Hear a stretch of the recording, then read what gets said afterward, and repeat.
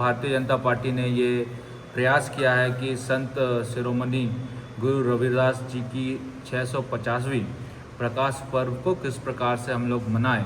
उसमें भारतीय जनता पार्टी की जो सहभागिता होनी चाहिए, एक पार्टी होने के नाते समरसता का उद्देश्य लेके जो हम लोग इस अलग को जगाने का काम कर रहे हैं, उसको हम लोग जन जन तक आने वाले समय में पहुंचाएंगे। ये कार्यक्रम लंबा चलेगा। ये कार्यक्रम फरवरी माह तक चलेगा, जिसकी शुरुआत जुलाई के अंत से होगी।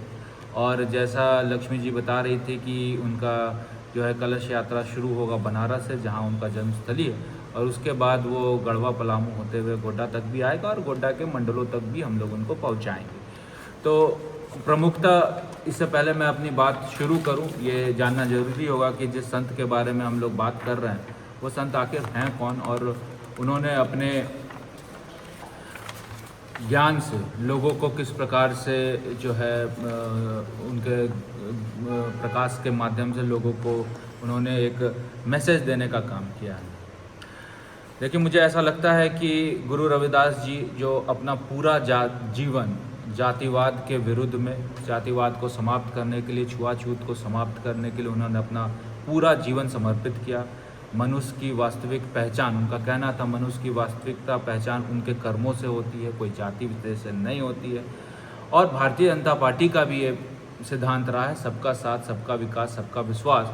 और उनकी जो शिक्षा है वो कहीं ना कहीं भारतीय जनता पार्टी की जो टैगलाइन है उससे एकदम मिलती है, अलाइन करती है। और इसीलिए हम लोग ये चाहते हैं कि एक ऐसे व्यक्ति की हम लोग गुणगान करें जिन्होंने अपना जीवन समर्पित किया है छुआछूत को, भेदभाव को हटाने के लिए। संत रविदास जी ने उस कालखंड में समानता की अलग जगाई थी जब आप समझ सकते हैं कि कुरीतियों से, भेदभाव से, जाति के बंधन से ये पूरा समाज जो है जकड़ा हुआ था। और उस समय, उस काल में मुझे लगता है कि इस तरह की बातें करना भी कहीं ना कहीं एक तरह से देखा जाए तो समाज के विरुद्ध जाता था। उन्होंने उन सब बेड़ियों को तोड़ते हुए जो है इस प्रचार प्रसार को पूरे देश में फैलाने का काम किया। और आज ये हम लोगों का भी कर्तव्य बनता है कि ऐसे महान विभूति की जो विचारधारा है उसको जन जन तक पहुँचाने का काम आने वाले समय में हम लोग करेंगे।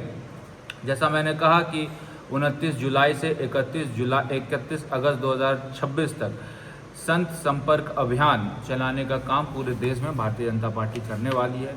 संत संपर्क अभियान में हम लोग जो है कलश वंदना करते हुए, मुझे लगता है कि प्रत्येक गांव, मोहल्ले, टोले में जाने का काम हम लोग करेंगे।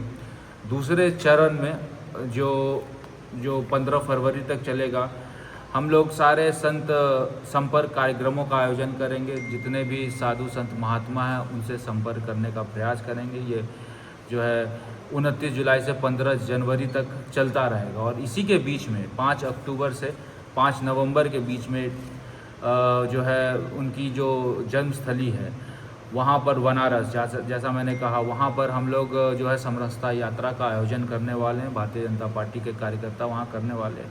और उसी के चौथे चरण में फिर हम लोग यहाँ 26 नवंबर से 15 जनवरी श्री गुरु रविदास महाराज छात्रावास संपर्क अभियान का भी आयोजन करेंगे। जहाँ जहाँ उनका मंदिर है, जहाँ जहाँ उनकी पूजा होती है, वहाँ जिस स्थान पर पूजा होती है वहाँ पर हम लोग वहाँ पे पूजा आयोजन करने का काम करेंगे। और जहाँ जहाँ उनका मंदिर नहीं है या उनकी विचारधारा वहाँ तक नहीं पहुँच पाए है तो प्रत्येक मंडलों में हम लोग एक सार्वजनिक जगह पर ये आयोजन करने वाले हैं आने वाले समय में। इसको लेकर केंद्रीय टोली भी बनी है, प्रदेश की टोली भी बनी है और जिला की टोली भी बनी है।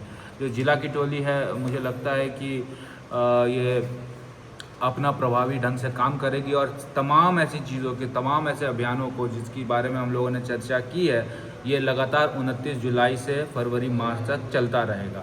और इसकी शुरुआत जो है पार्टी ने शुरू की है। और ये सबसे पहला जो है प्रेस कॉन्फ्रेंस के माध्यम से उनकी विचारधारा, उनकी जो शिक्षा है, उनकी जो काम है, करनीय काम उन्होंने जो अपने जीवन काल में किया है वो जन जन तक पहुंचाने के लिए प्रेस कॉन्फ्रेंस हम लोगों ने आयोजन करने का काम किया। और मुझे पूरा उम्मीद है कि सिर्फ पार्टी के स्तर पर नहीं होगा, समाज के हर एक वर्ग ये इस अभियान में जुटेंगे और जो भेदभाव की बंधन को, जो जंजीर को तोड़ने का काम जो संत जी ने किया है वो समाज में एक अच्छा मैसेज जाएगा और भारतीय जनता पार्टी का ये कार्यक्रम अभूतपूर्व रहेगा और यहाँ पर लोग हर एक वर्ग समाज के लोग इनसे जुड़ेंगे, इस अभियान से जुड़ेंगे और कहीं ना कहीं भारतीय जनता पार्टी का सबका साथ सबका विकास का जो हम लोगों का नारा है वो बुलंद होगा।